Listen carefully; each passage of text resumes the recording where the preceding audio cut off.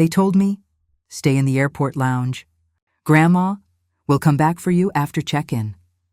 Then they left me there, as if I were a coat they no longer wanted to warm their shoulders. I remember the exact swivel of the trolley, the flash of a silk scarf, the small, deliberate hesitation in my daughter's hand as she let mine go.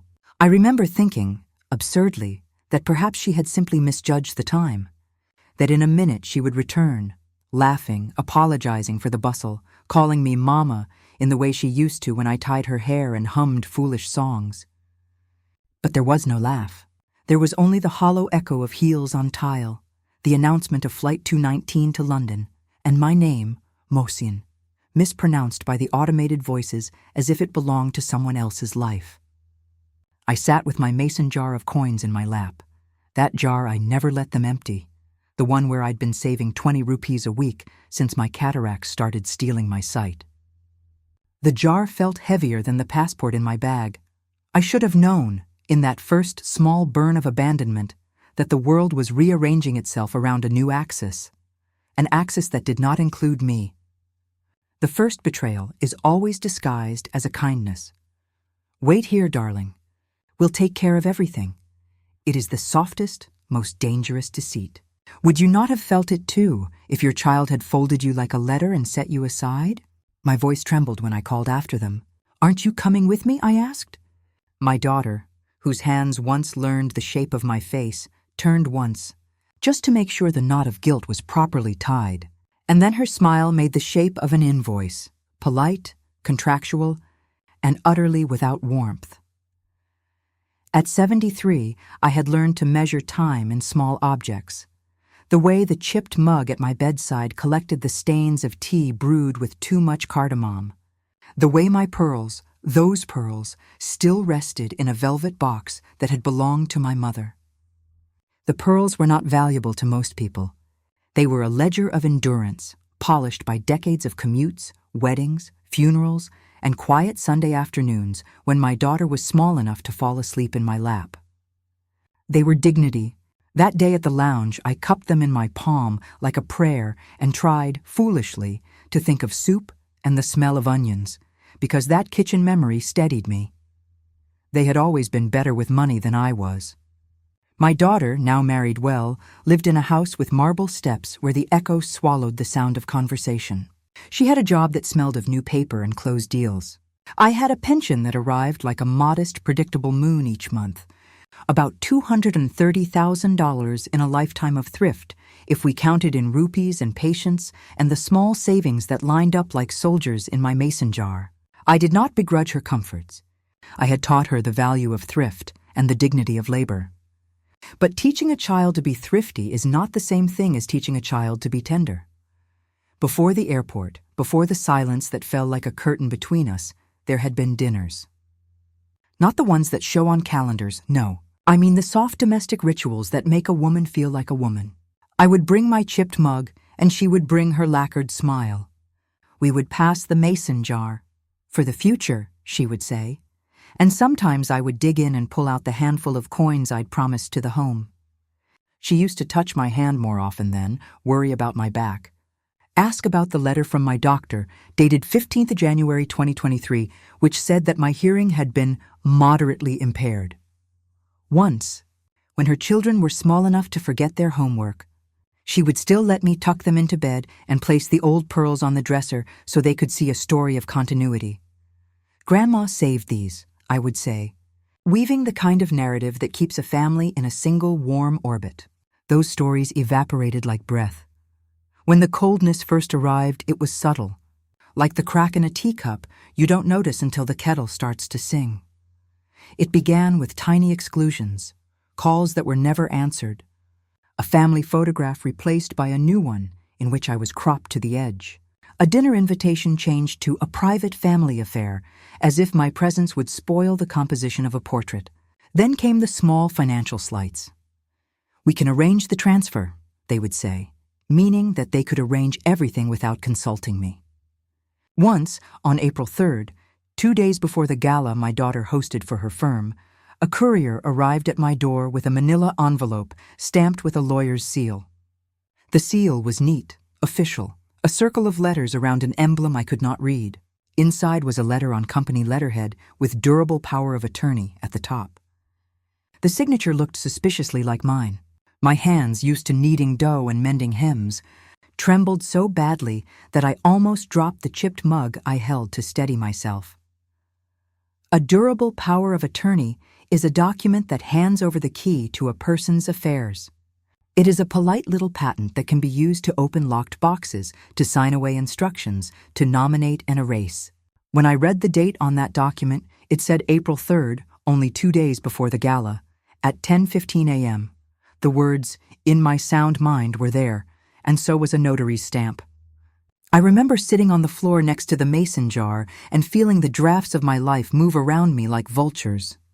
Why would my daughter do this? Why hand her keys for a house I had scrubbed and loved? You might say greed, yes. You might say cold practicality. But the truth throbbed with a simpler, more painful answer: shame. She did not want my age reflected in the mirrors of her new home. She did not want the chipped mug at her dining table. She wanted to rewrite the story so gently that I would not feel the edges being sanded down. Perhaps she believed she was sparing me humiliation. Or perhaps, as happens in many tales of human frailty, she discovered that dominance can masquerade as care. I tried to confront her in a way my mother would have taught me, softly, with words folded in lace.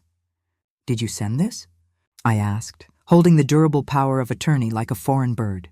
She took the document as if she had not seen it before, then slipped it back into its envelope with the practiced casualness of someone who had done this 1,000 times. "Oh, Mama," she said, voice like a ribbon. "These things are just formalities. It's simpler. Sign it online tonight and we'll sort out the details." Her hand rested on mine for a second, and I felt nothing but a polite temperature. Not warmth, not malice. Only the faintest administrative coolness. I heard the doctor's dated note again, 15th of January 2023. I heard my own pulse, slow and deliberate, as if keeping time for something larger. I began to notice the whispers. They were soft and insistent, like moths against the lampshade. A neighbor would say, "You know, they have that lawyer who does elder affairs." A cousin would murmur about simplifying matters and making the transition easier. Even my own son, her brother, would fumble for words about practicality in the way someone fumbles for a receipt. Each whisper was a small erosion. Each one moved me from the center of my family's world toward its periphery. I am not a woman without wit. I know the value of a ledger and the smell of ink on paper. I had kept letters, small, yellowed things tied with string, from the year my daughter was born. I had kept the receipt for the pearl necklace, the tiny shopkeeper's note, pearls, price, 12,500 rupees. Date, 12/12/1979. I had kept them because they were anchors, proof that my hands had worked and saved, and that I had not squandered the small delights of life. These objects became evidence of a life lived, something they could not simply rewrite. But I also knew a truth Dumas would have applauded with a theatrical frown, that evidence is only as powerful as the will of those who read it. And so the first real rupture, the one you feel under your sternum like a kick, came not with fury, but with calculation. My daughter, in her soft, efficient way, instituted an access protocol. She arranged for passwords to be changed on accounts I had used for years. She scheduled my mail to go to the Marble House for safekeeping. She insisted I receive updates by text. She organized a meeting with a solicitor, an office with frosted glass where I sat like a relic on a leather chair. He spoke about asset consolidation, long-term care, and conservatorship in the soothing register of men who believe language can anesthetize conscience. He used the phrase incapacity planning at least 3 times, as if repetition could summon a diagnosis. At the solicitor's office, the forms were gentle but efficient. There was a last will and testament, a durable power of attorney, and a healthcare proxy. Each document was dated. In the sterile way papers are dated, April 3rd, 10:15 a.m., as if the hour could be pressed flat under a stamp. I was asked to initial here, to sign there. They wanted my signature, the curve of my name that I had written countless times, signing school permissions, gas bills, wedding invitations.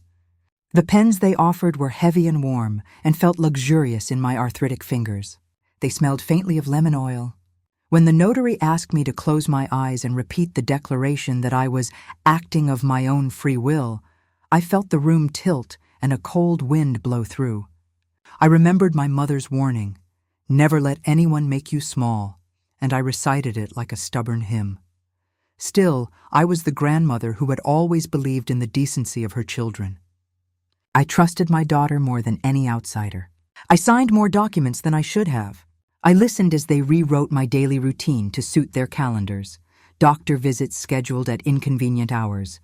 The gardener told to cut down the jasmine because it's not in keeping with the landscaping. Invitations to family gatherings that arrived with new privacy clauses. Each alteration was a tiny polishing of the world until my reflection did not look like the woman who had raised a child on penny meals and endless lullabies. And yet, even as this slow theft continued, there were moments when the past shone through like a stubborn coin in dirt. I would sit at night in my small apartment and arrange the pearls on my lap, feeling the slight roughness of each bead, remembering the day I bought them in 1979, counting the rupees carefully as the shopkeeper looked at me with amusement. I told myself stories to keep my spirits from sedimenting into despair. I read the old letters and laughed at the handwriting of boys who had once courted my daughter with less money and more poetry. Those memories were stubborn. They refused to be rewritten by lawyers and schedules. But the small betrayals had grown. A brunch that once included me now ended before I arrived. The marmalade I used to make, orange peel simmered for hours, was deemed too old-fashioned for their gatherings, and someone suggested purchasing jars with glossy labels instead. The mason jar sat on my table like a defiant monument. Once, in a moment of childish spite, I put the jar into my handbag and took it to the lounge with me. People looked at me the way one looks at an infirm relic. My daughter's eyes slid over the jar as if it were a splinter. I was learning to read the new grammar of their lives, the pauses instead of embraces, the emails that said, "regretfully unable to attend," the jokes that worked as fences. And in the marrow of that learning, an old, quieter resolve began to warm. Perhaps it was age, perhaps it was stubbornness. Call it what you will, but I started keeping a small ledger of my own. I wrote dates in the margins of a cheap notebook, calls made, envelopes received, the names of the solicitor's assistants. I copied the number on the lawyer's letterhead, Rahim and Partners, 555-0199. I kept the receipt for the pearls. I wrote down the words I could not allow to become fog: durable power of attorney, last will and testament, notary stamp. There is a certain cruelty in being made small by those you love. It is as if a child, not understanding the value of a building, knocks over the bricks one by one to see what sound they make. But every brick moved a part of me into action. Being insulted by neglect is one thing. Being erased is another. I was not ready to be erased. I remember the moment I first overheard the phrase that would later sting me like nettles. "We'll make it look official." They said it in the tone of people arranging flowers. Not crimes. It was said on April 3rd, barbed by time, and I heard it at 9:48 a.m., 2 hours before the notary's stamp would supposedly authenticate my signature. I was in the lounge bathroom, fingers in the pocket of my coat, when I heard my daughter's voice through the thin wall, speaking into her phone. She was calm, efficient, the voice of someone who arranges a life like a banquet and then removes the chairs from under a guest. I pressed my forehead to the cool tile and tasted metal. The mason jar in my bag rattled again. I never expected what I found in that drawer. I slid the drawer open and the world narrowed to the thin scrape of wood on wood. There, beneath a nest of unpaid bills and a hymn book, lay an envelope the color of old bone. My name, my handwriting, my very crooked M, stared back at me, but beneath it was another signature, heavy and confident, a hand that mirrored mine and did not belong to me. The notary's stamp glowed like a small accusation. 03 April 2025, 10:15 a.m., the same date the solicitor had shown me on the printed papers in his frosted glass office. But this paper was not the document they had given me. It was a last will and testament, neatly removing my name from the house, from the savings, from the small assets that were the sum of a life's thrift. It named my daughter sole beneficiary. It bore 2 witness signatures. It bore a rubber stamp I recognized from the clinic 2 streets over. Beneath the will, wrapped in a tissue, was a tiny USB drive. On the drive, an absurd, modern talisman. There were emails, scans, and a single audio file named Confirm Final MP3. I put the pearls into my palm and let them fall into the velvet of my memory as if to steady myself. The mason jar at my feet seemed to hum. My breath left my chest like a sigh that had waited too long. I did not run. I sat down instead, my knees knocking like 2 children in a storm, and I opened the audio. It was my daughter's voice, warm, habitual, the same lullaby she hummed when a fever took her as a child, speaking with a man whose rasp reminded me of the solicitor I had met at Rahim and Partners. They were meticulous in their cruelty. "We'll make it look official," she said plainly at 9:48 a.m. on April 3rd, and the man laughed softly as if discussing the weather. "The durable power of attorney will be signed, and the will can be updated to reflect the transfer. There will be no fuss," the room blurred. The world rearranged itself, not by accident, but with a surgeon's hand. The mason jar clicked like a metronome. The chips of my mug seemed to grin. I held the pearls until the pressure bruised my fingers, and I recited dates aloud to steady myself. April 3rd, 10:15 a.m. April 5th, 7 p.m. The gala. April 10th, registered bank transfer authorization, scheduled for 11:59 p.m. Someone had given a time to theft and circled it with a wicked, patient pen. My first act was small and precise. I wrote everything down. Names times file names. I noted the solicitor's number, Rahim and Partners, 5550199, their receptionist's name, the address that had been stamped on the letterhead. Then, as if unwilling to trust only my trembling hands, I took the USB and the will to the only person I could think might act without seeing me as an inconvenience. Natsia, the girl who sat at the front desk of Rahim and Partners and had once, months ago, asked me about my pearls with an expression that hinted she used to know about restraint. When I told her, she opened her mouth and then closed it as if memory had a lid.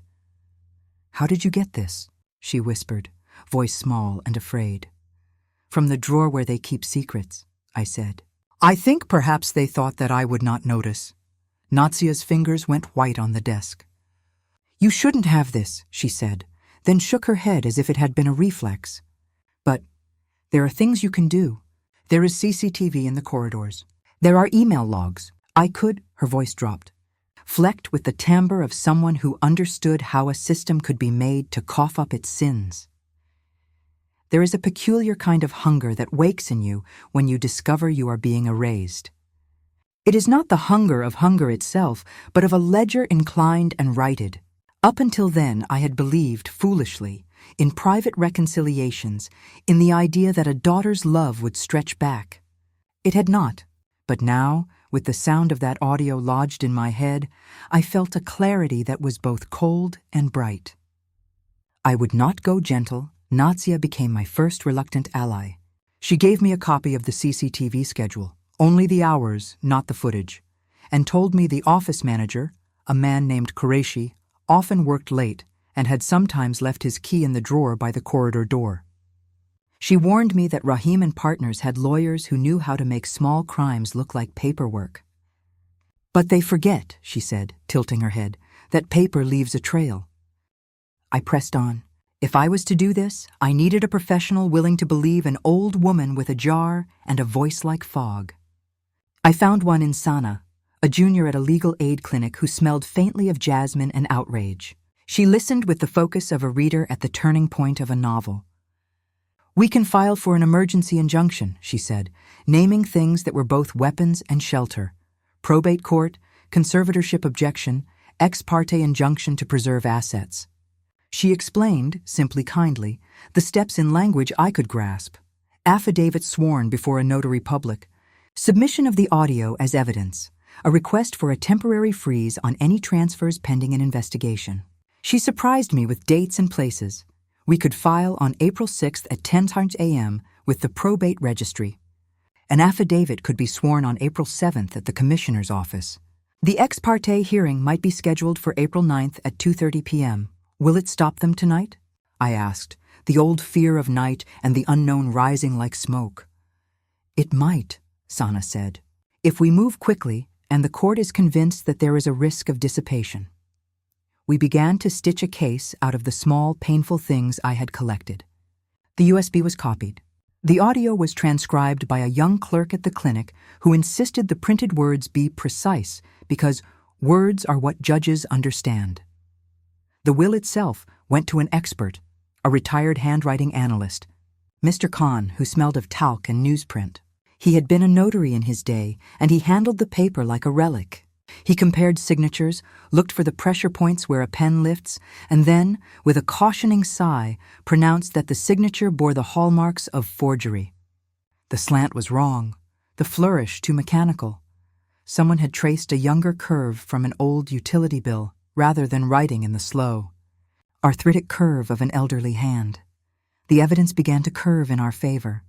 Small and inexorable as water-eroding stone, I felt the ancient satisfaction of justice's arrow finding its mark. But every step forward revealed a new design of cruelty. The bank, when we called, told us there was a pre-authorization on file scheduled for midnight on April 10th for an amount approximating what I had saved over a lifetime, about $230,000, give or take conversion. The bank representative, civil, board, said that transfers could often be halted if a court order arrived in time. The clock in my head reset. Time was now an enemy and an ally in equal measure. At the clinic, as Sana and I prepared the affidavit, I had a small, Dumas-like thought, one that felt too grand for my knees. Betrayal between parent and child is more public than private. It is an erasure that speaks to a society's small cruelties. When a child becomes judge in his or her parent's quiet life, the ledger of love becomes a ledger of accounts, and the smallest kindnesses are appraised like coin. The moral of that moment sat on my tongue like an unwelcome sugar. Even the noblest affection can be turned into a contract. Midway through the week, a piece of luck, call it fate, call it the bending of a tree branch into the path of a carriage, fell into our laps. Nadia, on a night when the office was empty-ish, had managed to copy a folder from Rahim & Partners' server. It contained an email exchange between the solicitor and a clinic known for aging assessments, arranging a capacity evaluation. The email's metadata, oh modern miracles, showed that the message had been composed at 9:50 a.m. on April 3rd, 2 minutes after the Make It Official comment. The capacity report, when it arrived, was suspiciously prompt. A 15-minute assessment with a signature from a doctor who had never once come to our neighborhood clinic.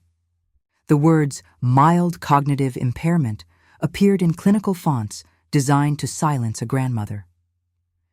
We took the folder to Mr. Khan, who frowned and said they intended to construct the narrative of incapacity before they construct the transfer.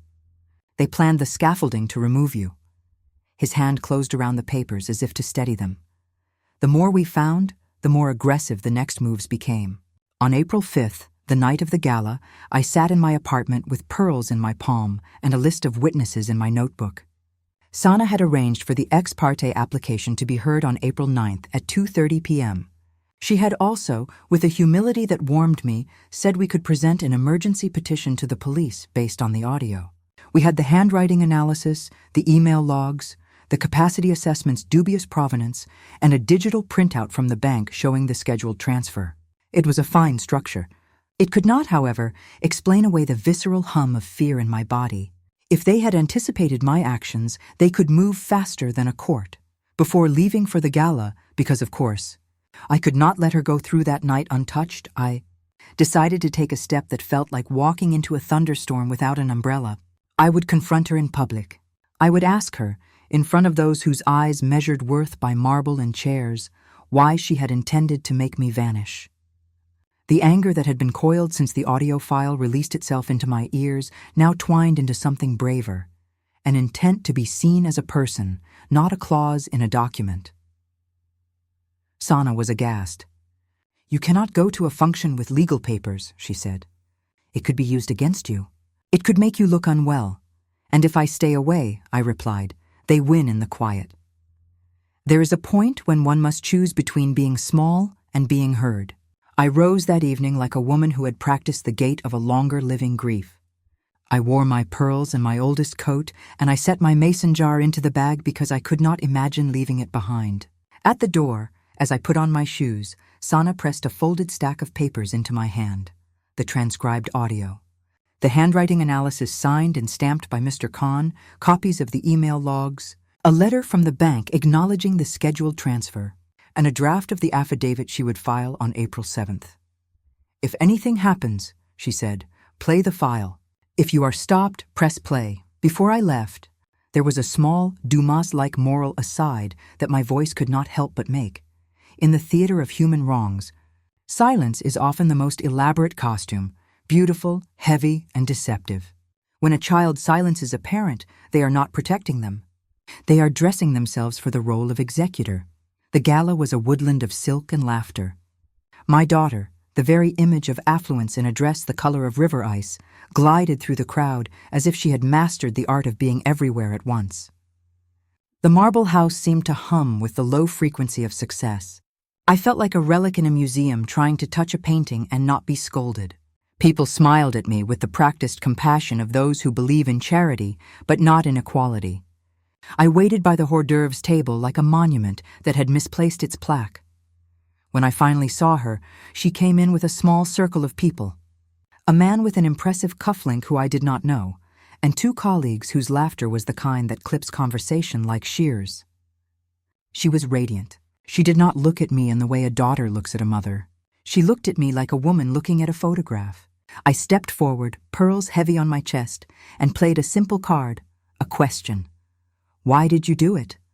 I asked, my voice steady in the hum of music. Her smile was surgical. Do what, Mama?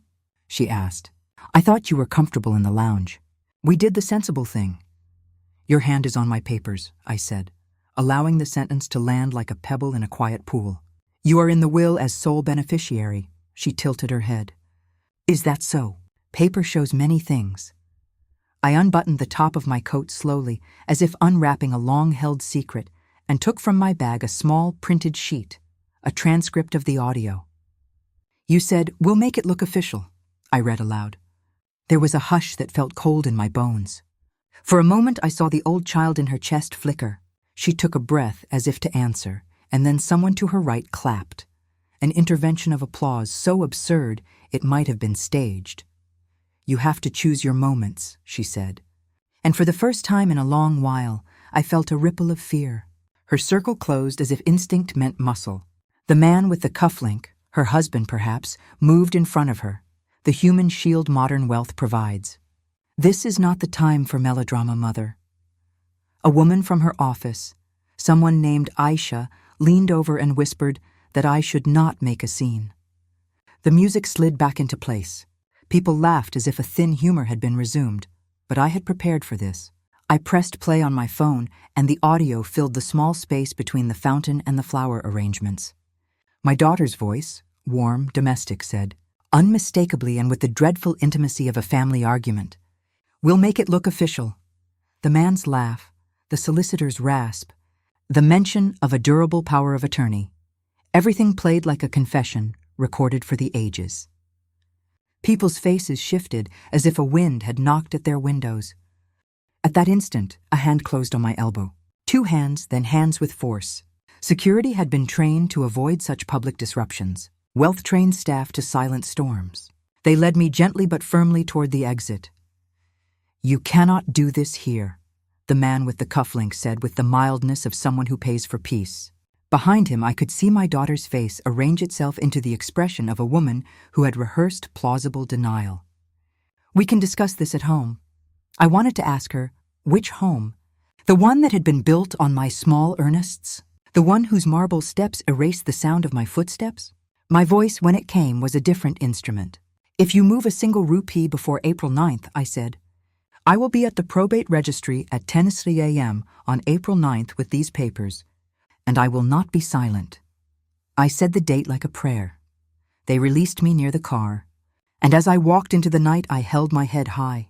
The pearls felt cold against my throat. I returned to my small apartment, to the mason jar, and to Sana's careful notes. On the kitchen table, I spread everything out in a fan as if to take inventory of the truth of my life. The will, the USB, the bank printout, the registration log from the solicitor's office, it all seemed to glow like a contraband altar. On April 6th at 9 a.m., we filed the complaint with the police. At 10 a.m. on April 7th, I swore an affidavit at the commissioner's office, the ink making a shameful smear across my finger. On April 9th at 2:30 p.m., we were scheduled for the hearing. The court clerk assured us that if the judge found our evidence credible, a temporary freeze could be placed until a full hearing. The machinery of law had its own slowness. I was learning to love its patience. And then, like the quiet before a thunderbolt, something happened that made my stomach roll. On the afternoon of April 8th, one day before the hearing, Sana called me with a voice like a bell. She'd been at Rahim and Partners gathering more paperwork when she found, in a locked drawer that should not have been accessible, a printed email with a header I had not expected to see. It bore a timestamp that chilled me. 6:30 p.m., April 8th. The subject line read, "Immediate guardianship, submission." Attached was a medical certificate, signed by a doctor from a clinic I had never visited, declaring me to be of unsound mind and recommending immediate guardianship be transferred to my primary contact, my daughter. "They've moved to block you," Sana breathed. "If that certificate is submitted, the court might consider it." The world constricted around that phrase, unsound mind, like a hand around a throat. The bank's scheduled transfer was only hours away from the 11:59 p.m. authorization on April 10th. If the guardianship petition succeeded, they could move quickly to move funds under the authority of a guardian. They could do it tonight, they could do it before the judge heard us. They had the arrogance of those who believe paperwork bends time. I felt the old hot coil of fury. It was not only my money they wanted, it was the right to be myself, to sit with my chipped mug, to be called Mama without a ledger. The thought of being reduced to a line in a legal decision made my hands ache. I folded the medical certificate in my fingers until the paper creased, and then, with a speed that surprised even me, I did something I had not expected to do. I called 3 numbers. The first was the doctor whose name was on the certificate. The line at the clinic was busy at first. Then a voice answered with sleepy formality. "Yes?" "Do you know Dr. Faisal Qureshi?" I asked. "Did you assess me on April 8th? Silence at the other end. Then, "No, we are a small clinic. That name is not on our staff list." The second call was to the medical board. There was a recorded thank you and a room full of waiting music. When a human answered finally, they told me that the license number on the certificate did not match any on the registry. The third call, the one I kept for last, was to the policeman with whom we had filed the complaint. He sounded tired until I played the audio file into his ear, and then he sat up on the line like a man who had been splashed. "Hold tight," he said. "We will dispatch an officer to the clinic and to the registrar's office. If there is a forged medical certificate, that is a criminal offense." It felt like someone had turned on a tap. Within the hour, a uniformed officer knocked at my door, and Sana came with a folder bulging like a small, heavy heart. "We have time," she whispered. "If we can get a restraining order before midnight, if the police can intervene and hold any filings, we might stop them from submitting the guardianship papers." That night, the city felt like a beast breathing softly. I slept with the TV on for the first time in years, a glow that kept the dark honest. April 9th approached like a train. On the morning of April 9th, I entered the probate registry with Sana and the policeman who had reassured me. The hallway smelled of old leather and new oil. The clerk checked the docket and then looked up at us with an expression that suggested he had seen more human misery than the average man. "You have a 2:30 p.m. hearing scheduled," he said. "But there is also a motion filed under emergency guardianship this morning." My heart dropped like a coin. "Who filed it?" I asked. He consulted his screen. "It is listed as submitted by counsel on behalf of Ms. A. Rahman, your daughter's counsel. It was stamped at 6:45 p.m. yesterday." My breath came in quick, small waves. We were not the only ones who could move through paper. They had used the night to set a counterweight. My hand closed on the pearls like a talisman. Sana turned to me, her eyes wet with determination. "We will file now," she said. "We will ask for priority. We will present the handwriting analysis, the audio, the bank printout, and the evidence of the forged medical certificate." I thought of Dumas's grand lines about fate and justice, about how a single cable, taut and well placed, can alter the course of a grand ship. The moral reflected itself in my bones. When the law becomes the instrument of greed, it is courage that must answer with the same language. The courtroom was a small chamber of oak and light. The judge, a woman with a soft manner and a hard eye, listened as Sana presented our case like a prayer. The audio played, the transcripts were handed up, Mr. Khan vouched for the handwriting, and Nazia declared under oath that Rahim and partners had discussed capacity assessments with the clinic on April 3rd. The policeman testified that the medical certificate's license number did not match the registry. The bank officer, on a summary phone call, confirmed the scheduled transfer authorization of about $230,000, scheduled for 11:59 p.m. on April 10th. Then, as if summoned by the momentum of truth, an officer from the registrar's office stepped forward with a thin envelope. "Your Honor," he said, "we have just received a certified copy of a petition for guardianship that bears a submission time of 6:43 p.m. on April 8th. The room exhaled. The judge folded her hands. "This is a race," she said quietly. "A race against time and against those who would make law a shield for theft." I felt, oddly, the shape of a decision form in my chest. This was the moment of choice, to retreat into resolve and let the law try, or to step beyond legalism and into the theater where accusations were painted for all to see. My voice trembled but did not break when I spoke. "Your Honor," I said, "I have lived my life with small things, coins in a jar, a mug that knows the exact place my thumb rests, a string of pearls that remembers my mother's hands. I come here not for money but for dignity. If these documents are forged, if the medical certificate is fake, then what becomes of those of us who are made small by those we love? Will the law permit a quiet erasure?" The judge's expression did not soften. It sharpened, like a blade finding a whetstone. "We will examine the evidence," she said. "Because the risk of dissipation of assets is real. This court will issue a temporary freeze on any transfers pending a full hearing." She pecked the stamp, and the gavel did not need to fall for her words to weigh like snow. For a heartbeat, I felt the world tilt back toward me.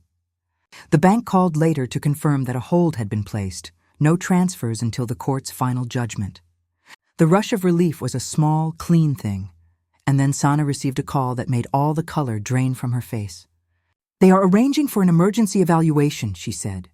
"A new certificate is being couriered now, marked urgent. It claims that you are incapable of participating in legal proceedings." I looked at her. The sun had not yet set on April 9th, and yet the day felt finished. "They will stop at nothing," I said. We were not out of the wood. The court had given us a temporary reprieve, but not a victory. The guardianship petition, with its new certificate, might yet sway a judge if it arrived in time.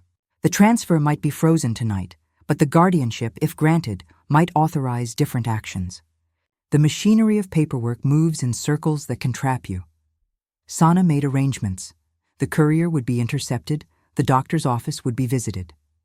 The policeman, no longer merely polite, called for backup. I dressed that night in my best, not because I expected to charm a world with fabric, but because I wanted to present myself as someone who was not a shadow to be dismissed. At 11:37 p.m., we were at the clinic, a small building with a buzzing sign. The lights were on. The receptionist, startled, claimed concern. A man in a white coat, unknown to the staff, had, according to the log, signed out a form at 6:30 p.m. on April 8th. The logbook's ink was still tacky. As the policeman reached for the book, the front door swung open and a figure entered, wet with rain, breathless, holding a small sealed envelope addressed in my name. It was the courier. He handed the envelope to the receptionist and said, "Request from Rahim and Partners. Urgent." My hands trembled as if a live bird had landed on my palm. I recognized, then and there, the final cruelty. They were trying to orchestrate a last-minute midnight affidavit to override the court's hours, to make law into theater and then force its script on us. Sana stepped forward to stop the courier, but the man in the white coat, someone with the gait of someone who has practiced dishonesty, quietly slipped the envelope into the registrar's pile. I felt the blood surge in my ears and an old, fierce thing awake. The sound of the city outside was a drum. The pearls felt like a crown. I reached for the envelope, but before my fingers could close, the courier looked up and said inexplicably, "There is also a police order here to escort an individual to a facility for evaluation." The words hit me like a stone. The policeman who had been my friend stepped forward with confusion in his face. "We have a petition filed," he said. "But we are the ones who brought a complaint." The courier hesitated, the rain clinging to his jacket like sorrow. "There is a stamped form from a registrar," he said, voice sudden like a trumpet. "It's addressed with urgency." My limbs turned to kindling. The night had become a room with doors slamming all at once. The envelope sat like a small, cruel promise on the counter. I felt, with a clarity that was both terrifying and magnificent, that they were moving to make me disappear, not through sturdy vaults and bank ledgers now, but through the meta-legal cruelty of declaring me unfit to stand. I reached for the pearls again and, with a daring that belonged less to 73 years and more to a girl who had once run after a bus, I snatched the envelope from the desk. Inside was a single sheet, a stamped guardianship order, effective immediately, forwarded by courier from an address I recognized. The signature was a blur, the stamp official, the time, 11:59 p.m., April 9th, bent the night like something final. The paper smelled of ink and triumph. I looked up. The policeman from our side had his hand on his radio. Sana gripped my arm, fingers white with panic. The receptionist's face had gone pale as if someone had turned off the lights. I had the paper in my hand. I had the pearls at home. I had the audio on my phone. I had an injunction from the court, and within an hour they had attempted to smother it with a couriered order. There was one last breath between us and ruin. I did not scream. I did not faint. I sat down on the plastic chair by the clinic door and tasted metal in my mouth, the taste of a future plucked from beneath me. The night wrapped tight. Outside, the rain kept it steady. In different rhythm. I never expected what would come next. They moved fast after that rain-soaked night, like wolves that have smelled fresh blood and decide to dine before morning. The courier's hand trembled when the policeman reached for the stamped guardianship order. The receptionist's face folded, as if she had been asked to bear a stone she had no business lifting. The officer gently placed the envelope on the counter and read it as if the words themselves might be poisoned. "This is registered at 11:59 p.m. April 9th, he said into his radio, voice dry as a legal pad. "We will treat this as material, evidence in an ongoing criminal probe. For a moment, all that existed between me and ruin was a flimsy strip of paper, and the willingness of a few people to believe that paper could be forged. I remember the pearls on my chest feeling like small planets circling a battered sun. The mason jar on my table seemed to pulse in the same rhythm as my heart. There was a prayer in my throat that was neither church nor law. Let truth be louder than money. We had Natsia's copies of emails. We had the audio file on my phone. We had Mr. Khan's handwriting report saying the signatures were forged. We had the bank's printout with the transfer scheduled for 11:59 p.m. on April 10th for about $230,000. We had the clinic's denial that the medical certificate's doctor even worked there. And now we had the courier and his manifest. The policeman sat with all of this like a man who had found a small map to wrongdoing. He spoke into his radio with the efficiency of a man used to commands. Notify cybercrimes. Obtain the CCTV. Secure the ledger for Rahim and partners. They did not waste time. Within hours, officers had taken statements from the receptionist, from the courier, and from the clinic staff. A cyber unit arrived to force a copy of Rahim and partners' server, and Natsia, hands shaking but steady, led them to the folders she had once copied in the quiet of guilt. The server logs, staggeringly modern and human at once, showed timestamps and access that could not be faked without leaving the trace of a hand. There it was, a string of emails sent at 6:41 p.m. on April 8th, with subject lines like urgent guardianship documents, and the originating IP address pointed uncouthly to an office in the Rahman block, a place I had sat with a leather chair and the kind of civility that hides tools. When the officers asked me to identify the voices on the audio, my hands moved of their own accord to the pearls and to the chipped mug on my kitchen shelf for strength. I identified them: my daughter's voice, the solicitor's rasp, the silky planning of a theft dressed as care.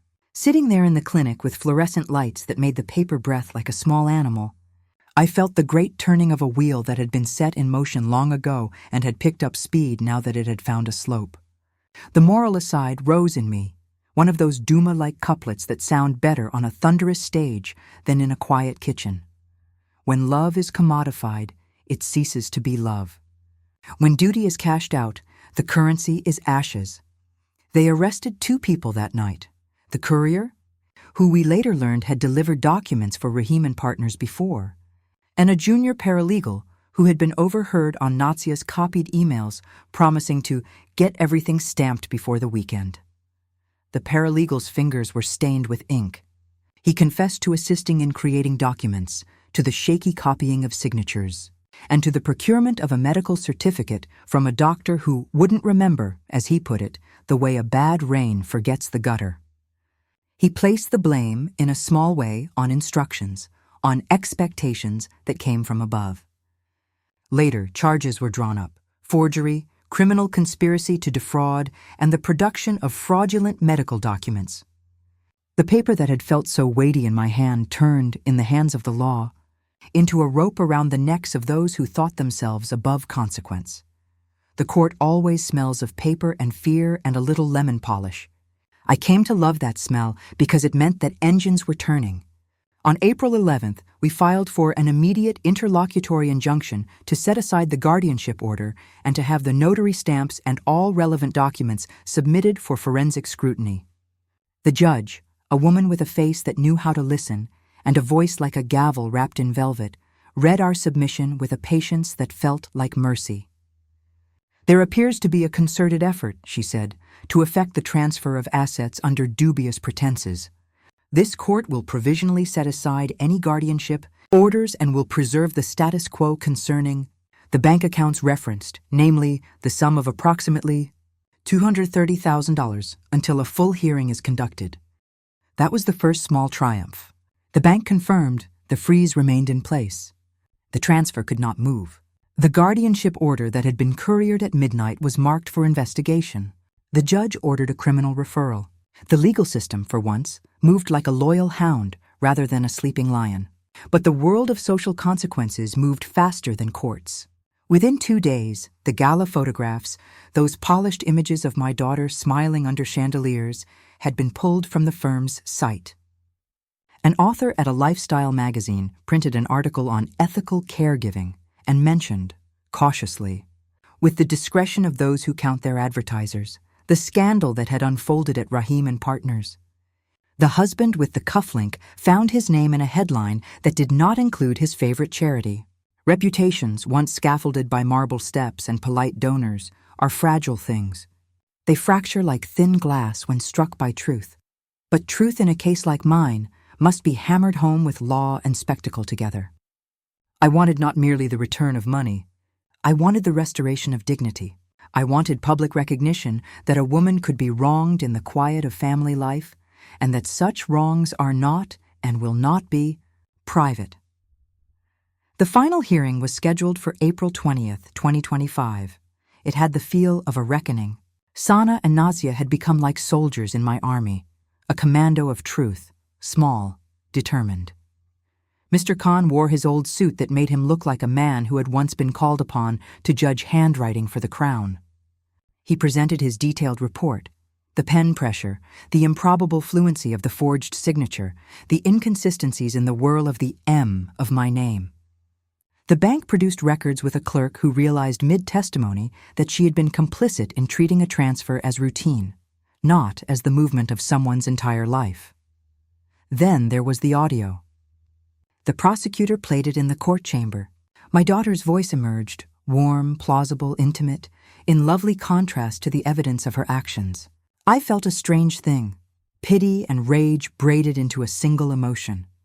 The judge turned the sound down and looked at the defendant, my child, and for a moment I saw not the woman who had arranged marble staircases, but the little girl who had once rubbed flour into her hair to look older.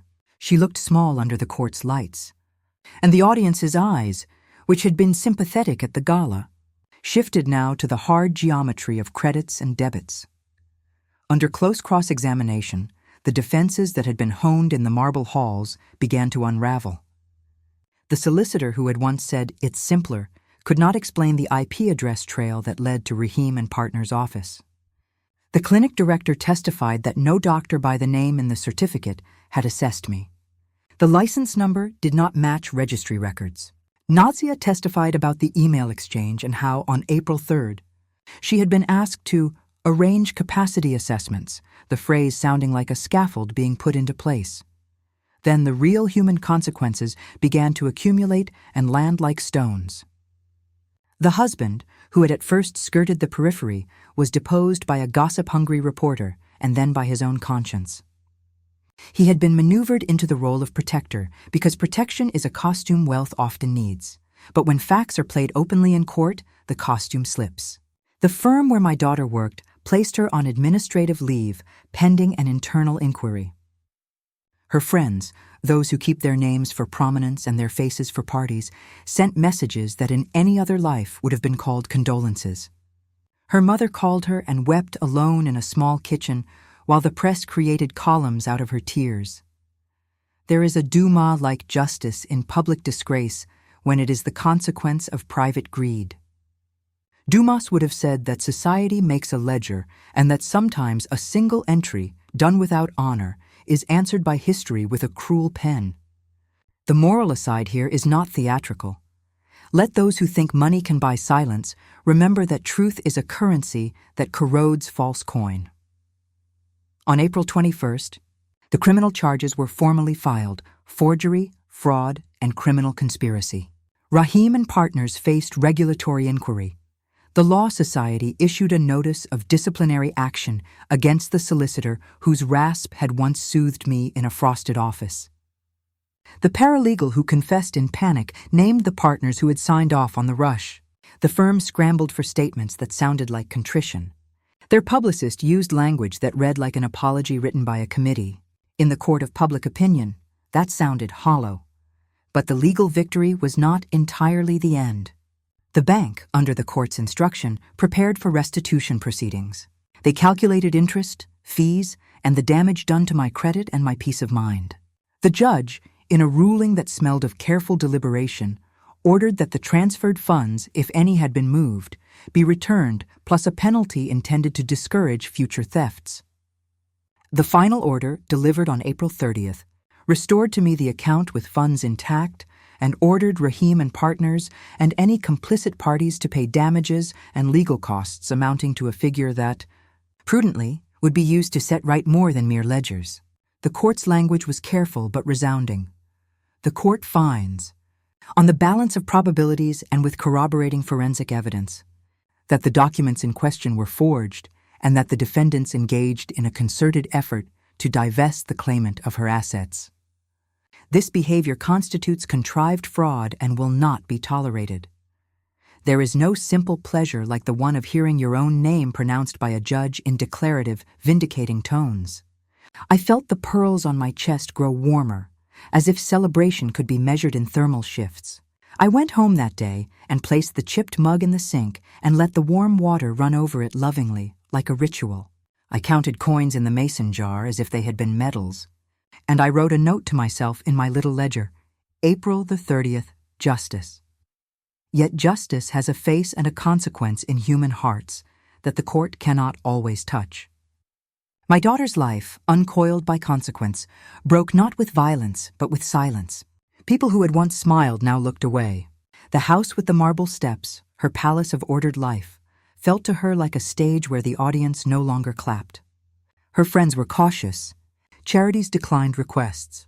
The husband, whose name had been in the press, filed for separation a week after the court's order, citing irreconcilable differences in an affidavit composed with the same polite language that had once warmed my daughter's feeding of kitchen stories. The firm terminated her employment after an internal review, citing grave violations of professional conduct.